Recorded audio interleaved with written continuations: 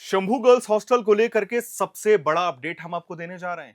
आप यहाँ के ऑनर है? ऑनर है। अरे हम बिल्डिंग का ऑनर है। तो परिवार जो आरोप लगा रहा है कि सामूहिक बलात्कार हुआ, पूछिए सबकी लॉज की सारी लड़कियाँ कहाँ है? और उसके अपने अपने माँ बाप लेके गए, सुरक्षित है?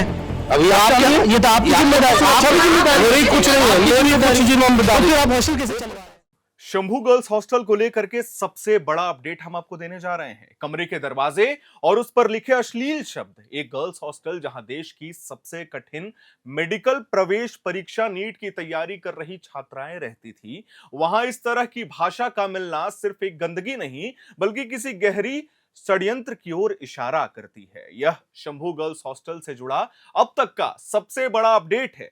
नीट की एक छात्रा की रहस्यमयी मौत, उस पर लगे कथित दुष्कर्म के आरोप और अब हॉस्टल के दरवाजों पर लिखे आपत्तिजनक शब्द इस मामले को और भी ज्यादा खतरनाक बना रहे हैं। इसी बीच हमारी एयर नाउ की टीम खुद शंभू गर्ल्स हॉस्टल पहुंची थी कुछ ही दिनों पहले और वहां के जो मालिक हैं, जो हॉस्टल के मालिक हैं, उनसे बातचीत भी की गई थी। वो बातचीत भी हम आपको जरूर सुनाएंगे जिससे बहुत कुछ साफ होने वाला है।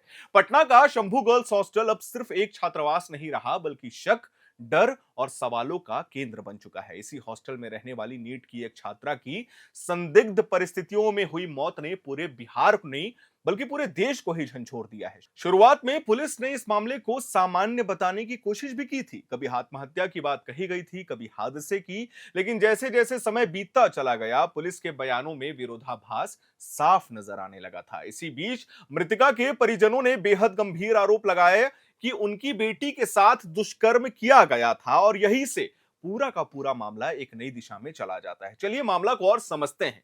परिजनों के आरोपों, लगातार हो रहे विरोध और मीडिया के दबाव के बाद पटना पुलिस को विशेष जांच दल यानी एसआईटी का गठन करना पड़ा। इस एसआईटी की कमान खुद आईजी जितेंद्र कुमार राणा ने संभाली। उनके साथ पटना एसपी कार्तिकेय सर और कई वरिष्ठ अधिकारी भी शंभू गर्ल्स हॉस्टल पहुंचे थे। आप फुटेजेस में देख सकते हैं। टीम ने पूरे 5 मंजिला भवन की दोबारा से जांच की और हर कोने को खंगाला। इसी जांच के दौरान हम आपको बता दें, एक चौंकाने वाला खुलासा सामने आया जब हॉस्टल के कई कमरों के दरवाजों पर अश्लील और आपत्तिजनक शब्द लिखे हुए गए थे। ये बहुत अजीब सी चीज है। सबसे बड़ा सवाल यही है कि ये गर्ल्स हॉस्टल जहां छात्राओं की सुरक्षा सर्वोपरि होनी चाहिए, वहां इस तरह की भाषा कैसे लिखी गई और किसने लिखी है? क्या यह किसी बीमार मानसिकता का संकेत है या फिर यह किसी बड़े और संगठित अपराध की ओर इशारा कर रहा है जिसका खुलासा अभी तक नहीं हो पाया है? जांच टीम को यही नहीं रुकना पड़ा। हम आपको बता दें, हॉस्टल परिसर में कई ऐसे सामान भी मिले जिन्हें संदिग्ध माना जा रहा है। हालांकि पुलिस ने अभी तक इन सामानों का पूरा विवरण सार्वजनिक नहीं किया है क्योंकि जांच अभी चल रही है। लेकिन इतना जरूर साफ है कि चीजें सामान्य नहीं थी उस हॉस्टल में। हैरानी की बात यह भी है कि यह हॉस्टल पूरी तरीके से आधुनिक सुविधाओं से लैस है।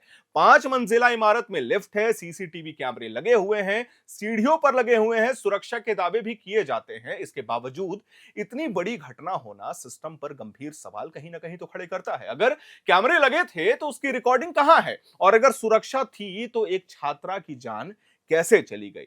मृतका के परिजनों का यह साफ आरोप है कि छात्रा के साथ इसी हॉस्टल में दुष्कर्म किया गया था। शुरुआत में पुलिस ने इस आरोप को सिरे से खारिज कर दिया था। आपने ये खबर सुनी होगी, लेकिन अब हालात बदल चुके हैं। पोस्टमार्टम रिपोर्ट को लेकर भी बड़ा विवाद सामने आया है और हम आपको बता दें, जितने भी निजी अस्पताल के डॉक्टर्स हैं उनकी राय और विश्लेषण के बाद जो सामने आए रिपोर्ट्स हैं उन्हें दोबारा से जांच की जा रही है। पुलिस उन रिपोर्ट्स को दोबारा से मांग रही है ताकि ये स्पष्ट हो सके कि छात्रा के साथ कुछ ना कुछ तो गलत हुआ था। जांच के दौरान शंभू गर्ल्स हॉस्टल को पूरी तरीके से खाली करा दिया गया था। फिलहाल वहां कोई भी छात्रा मौजूद नहीं है, लेकिन कमरों के अंदर कपड़े, किताबें और रोजमर्रा का सामान वैसे के वैसे ही पड़े हुए थे। यह दृश्य खुद में डर पैदा करता है, जैसे सब कुछ अचानक रोक दिया हो। जब हमारी एयर नाउ की टीम, जब हमारे सहयोगी वहां पहुंचे थे तो वो जो बिल्डिंग है उसके मालिक से भी हमारी बातचीत हुई थी। सबसे पहले आप ये बातचीत सुनिए।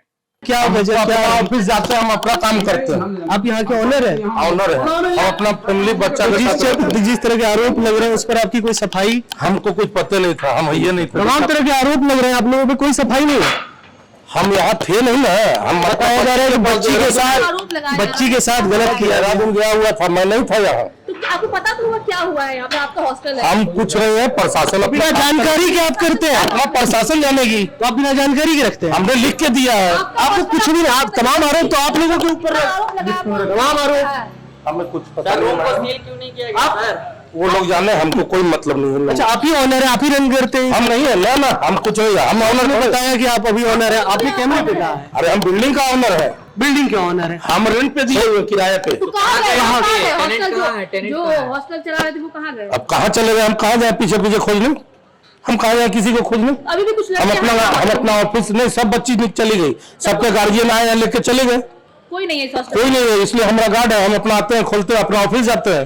तो परिवार जो आरोप लगा रहा है कि सामूहिक बलात्कार हुआ, मतलब तमाम तरह की चीजें हैं, खाना से पूछिए। पूरा खाली है ना मैडम, हम अभी अपना ऑफिस से आए, गाड़ी लगाए, हम अपना बच्चा को कोचिंग से लेके आए, बात खत्म है। अगला क्या है नहीं है वो प्रशासन, हम उतना हेडेक काहे ले।